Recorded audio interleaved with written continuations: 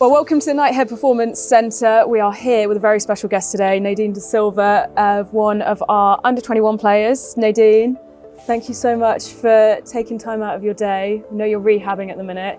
We'll get into that a little bit later on, but tell us a little bit about yourself. How did you get into football? How did you fall in love with the sport? At first, I started doing gymnastics. I've always been in sport. Started doing gymnastics and athletics with my brother. He got signed for Birmingham City at 8, so I always watched him. I came to every single training session. So watching him was like, okay, like I want to start playing football because he's good at it. And I always practice with him. So I started playing at like 10. I got signed for West Brom. And yeah, it was really fun for me. I just went there for the fun. Like, I really enjoyed it. I was good at it as well. So I stayed at West Brom till 12. I then got scouted for Plymouth. And yeah, I trialled there, did really well. I stayed there, but it wasn't really an academy for the women's side. So yeah, I started to like drift off from football a bit. And my brother came along with me when he was, I say, 15 or 16. And he unfortunately didn't get a scholarship. So we decided to go back to Birmingham. I then went back to West Brom, but my fitness wasn't the best because I was out from football for so long. So I started drifting from it again. But then I came to a 1-week camp with boys at Blues, and it went really well. And Liam Park was there watching me. And I remember him calling me over and asking if I'm gonna do the trial. So I was like, yeah, I am. And yeah, I got signed from there. How nice is it when you're in an environment like that to have someone call you over and go, I think you're good enough? How do you fancy coming down? I was really like excited. Like, I was really happy. And it also gave me a boost at the trial. I was like, okay, I've already got coaches watching me, so I need to like do my best and I need to show off basically. So yeah. Where does that creative flair come from? Obviously, you said you've been in gymnastics before. There's a huge amount of creativity and flair that goes into that sport. Yeah. Is that translatable into football? I think so. I think I'm like naturally talented anyway. And all of my family have done sports. So watching everyone do sports in my family was like really like a boost for me, especially because I'm the youngest. All of my siblings have done it, so yeah. Any competitiveness then, being the youngest, having to, be elbows out a bit? Yeah, me against my brother, 100%. I think I'm better than him, to be honest. And tell us about you on the pitch. Where do you play? What do you like to show off when you're running around, and obviously in such a competitive environment here at Blues, but also with the teams you're coming up against? So I've played centre-back, but I've started to play right-back more. I prefer right-back. I think on the pitch I'm very like aggressive. I don't like, if someone beats me in a 1v1 one time, they're not doing it again the next time. So yeah, I like to be very aggressive. Sometimes I like to show off, but yeah, I just like making sure no one gets past me. And of course your family must be a huge inspiration to you. Outside of that, who are your key figures in football that you look up to? I would say Van Dijk as a centre-back. I used to watch him a lot. And Cristiano Ronaldo, obviously. Yeah. But yeah, I just like watching them two players. I feel like watching them gives me like a boost to play a game. And I always just watch them before a game as well. You're a massive fan of the Portuguese national team. Yeah. What about, obviously, the flair, the creativity, the resilience in that Portuguese national team do you want to take and put into your own game? I feel like they're very passionate, every single one of them. They don't like to lose. And I want to like show my Portuguese side and creativity on the pitch. Like, yeah, I'll say that's it. Yeah. They're a fun team to watch, but like you say, that they don't like losing. You've seen it, with likes of Bernardo Silva. He loses the ball, he's not happy about it, and of course something you've already referenced in your style of play. In the squad, who are your key friends? Who do you like linking up with? Kim Foster. I think me and her are very close. We've gotten very close. Serena Williams, Tilly Abrahams, Hermione, Rosie. I think the older girls I get along with as well.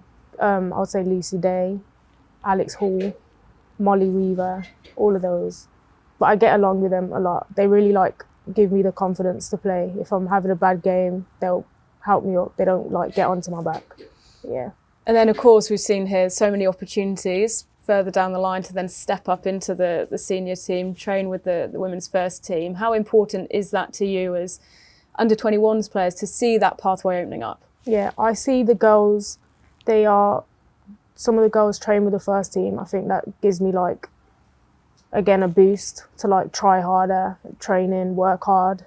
And I think it'll be it'll be a blessing for me to train with the first team or even get my debut one day. But yeah. What's the dream? Dream is to someday play for England or Portugal and yeah, get my debut with the first team. Love that. We are going to move inside because it's a little bit chilly out here and talk a little bit more about your rehab. Let's go.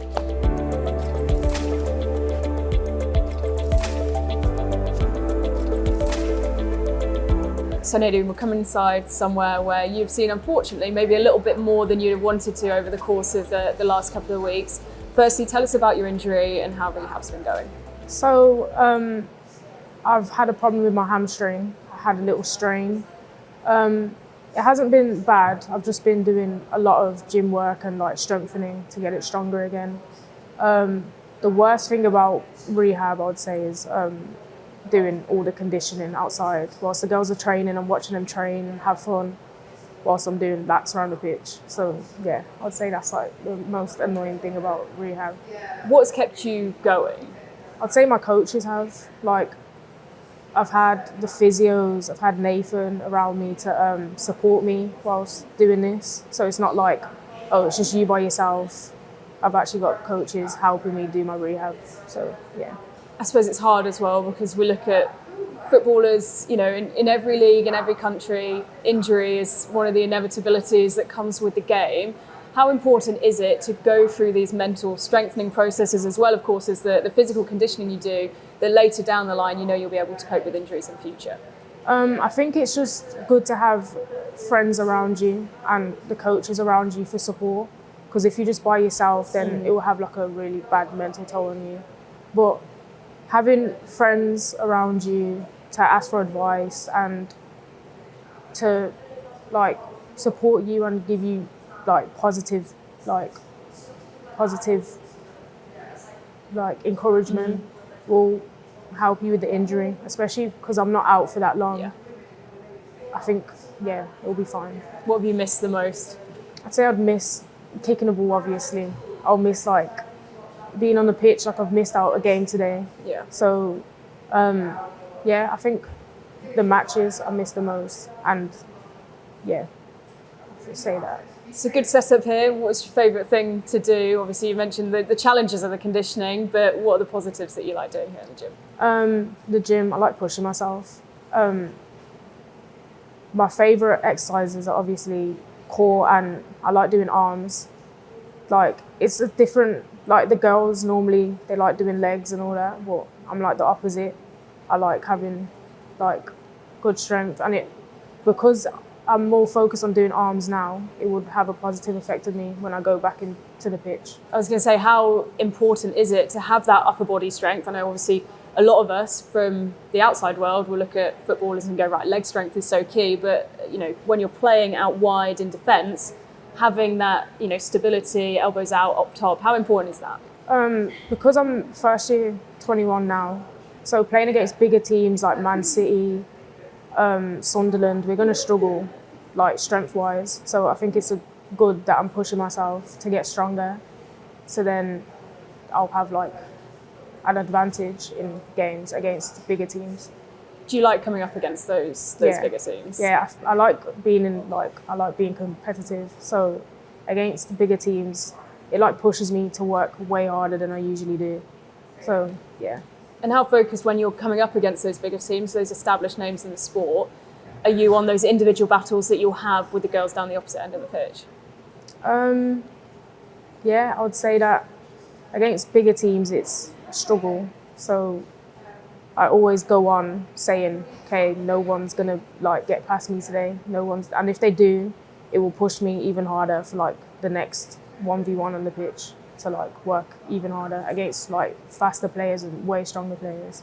So yeah. You seem like a character that will walk towards adversity rather than shy away from it. Where does that come from, do you think? I'll say my family again. My family is very competitive. So yeah, I think I take it from them, especially my brother as well. He's played football all of his life, so he's like a role model to me. So yeah, seeing him play against big teams as well, it's like, okay, I need to be like that. And because we play the same position as well, so yeah. And of course, a player still, very early on in your journey, despite, as we've already spoken about, plenty of travel, playing for different clubs. How important is it to get into the routine of doing these exercises early on, understanding the strength and conditioning, and of course the nutrition side of things as well? It will benefit me in the future as I get into like, hopefully the senior side. It will benefit me, and if I do it now, if I get strong now, and continue to do it, then against bigger teams and against senior teams, I would like have an advantage over the girls I play against. Nadyne, thank you so much for talking to us. We are buzzing to see you back on the pitch in the next couple of weeks. Thank you.